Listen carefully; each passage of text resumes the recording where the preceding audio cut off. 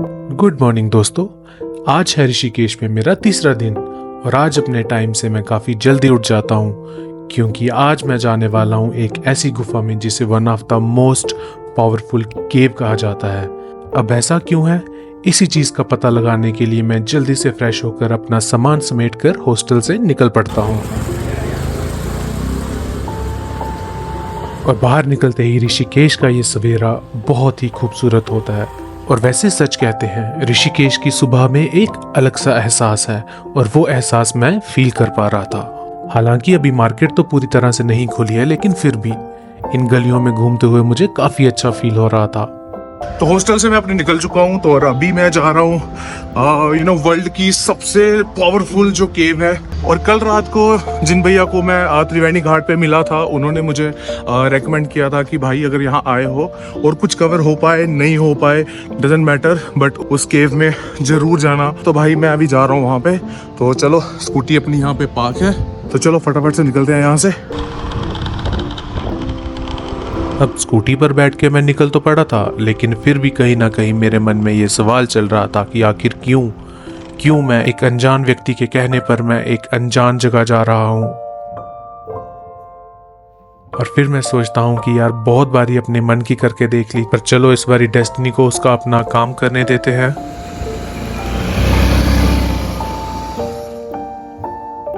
और फिर 40 से 50 मिनट स्कूटी चलाने के बाद फाइनली मैं पहुंचता हूं इस आश्रम के बाहर। चलो अभी चलते हैं अंदर, लेट्स गो।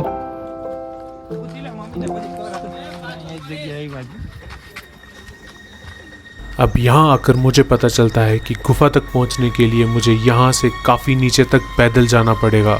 और अभी मैंने यहाँ से सीढ़ियाँ उतरना शुरू ही किया था कि तभी मुझे एक आवाज़ आती है, और वो आवाज़ थी इन बाबा जी की। जी हाँ जी, हाँ जी, ठीक है, शुक्रिया जी। अब मुझे ऐसा लग रहा था कि जैसे हर कोई मुझे वहाँ तक लेकर जाना चाहता हो, कि मानो मैं यहाँ आया नहीं लाया गया हूँ। तो भाई अभी हम जा रहे हैं केव की साइड, और ये देखो भाई, ये सामने गंगा जी का व्यू। यार गंगा जी के साथ साथ चलने में ना एक अलग सुकून मिल रहा है। धूप थोड़ी ज़्यादा है इसीलिए मैंने मास्क पहन रखा है, बाकी तो सब बढ़िया है।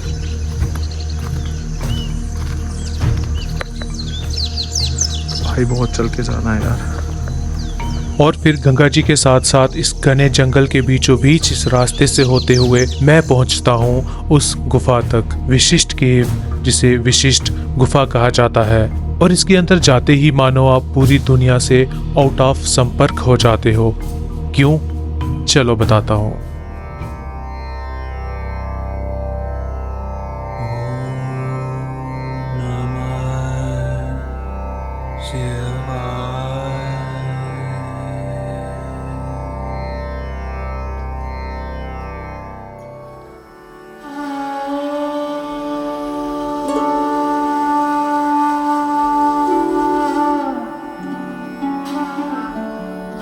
जहाँ एक तरफ बाहर की दुनिया में इतना शोर शराबा और जिंदगी की भागदौड़, वहीं दूसरी तरफ ये गुफा अंदर से इतनी शांत और इतने सुकून से भरी थी कि मानो मुझे मेरी ही सांसों की आवाज़ सुनाई दे रही हो। और अगर इस गुफा के अंदर कुछ सुनाई दे रहा था तो वो था शिवलिंग पर जलधारा की आवाज़। भाई इतना सुकून जिंदगी में आज तक कभी फील नहीं किया था।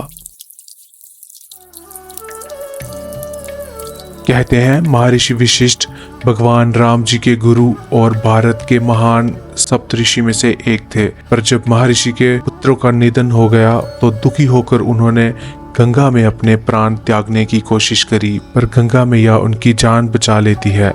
फिर महर्षि अपनी पत्नी अरुणादिति जी के साथ यहाँ आकर रहने लगते हैं और कई सदियों तक भगवान शिव जी की घोर तपस्या करते हैं, जिससे प्रसन्न होकर भगवान शिव जी महर्षि को वरदान देते हैं कि ये जगह विशिष्ट गुफा के नाम से जानी जाएगी और यहाँ जो भी आएगा इस गुफा के आने मात्र से उसकी हर समस्या का समाधान हो जाएगा। और फिर कई सदियों तक इसी गुफा में रहने के बाद महर्षि वशिष्ठ अपने प्राण इसी गुफा में त्याग देते हैं। कहते हैं कि आज भी उनकी शक्तियों को यहाँ महसूस किया जाता है, इसीलिए पूरी दुनिया भर से लोग यहाँ मेडिटेशन करने आते हैं और इसीलिए ये गुफा बहुत शक्तिशाली मानी जाती है। और ये ध्यान, ये सुकून मुझे भी महसूस हो रहा था और फिर सुकून के कुछ पल यहाँ बिताकर मैं आगे चल पड़ता हूँ अरुणादिति गुफा की ओर। तो अभी मैं जा रहा हूँ अरुणादिति केव। ज़्यादा दूर नहीं है, महर्षि वशिष्ठ केव के जस्ट बगल में ही है। थोड़ा सा बाहर आना है और गंगा जी के किनारे थोड़ा सा पैदल चलो एंड देन गुफा दिख जाती है।